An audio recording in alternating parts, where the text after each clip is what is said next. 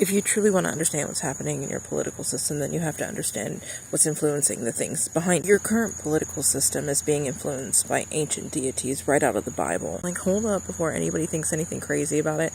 Like, I was raised atheist, so I totally get how that can sound crazy, but I think it's more of a deception so you don't see the truth in these times. You know how the Israel in the Middle East claims to be God's chosen? Well, God tells you about the house of Israel in the Bible. It tells you about the deities they follow. So let's look at the fruit of these deities.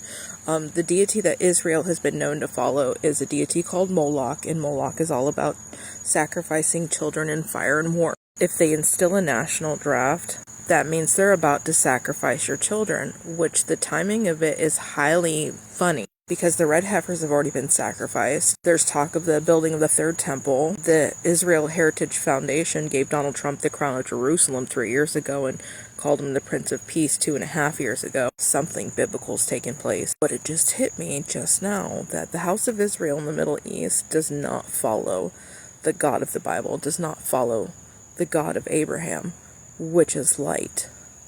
Jesus carried the light of God and came to bring a personal relationship with you and God. Yeshua, which is what his name was, he didn't come to create Christianity. He came to give you a personal relationship with God, who is light. And John in the Bible tells you this. The Antichrist to come, the man to come, is following the spirit of the Antichrist.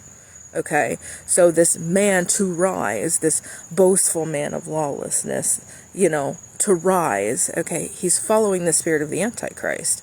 The spirit of the Antichrist has always been here, but now we're coming into a period where the spirit of the Antichrist is going to obtain the most powerful seat in all of reality, which he now has through Trump, because Trump is following the spirit of the Antichrist, and it's evident in his fruit. Do you guys not know how to test fruit? Are you so blinded by the idolization of Trump that you believe everything he says? Most of the things that he says are lies. And he's now under the influence of the house of Israel, who is under the influence of ancient deities, and we know they are because of the fire and war they have been participating in many years. But then again, God in the Bible told you they followed deities.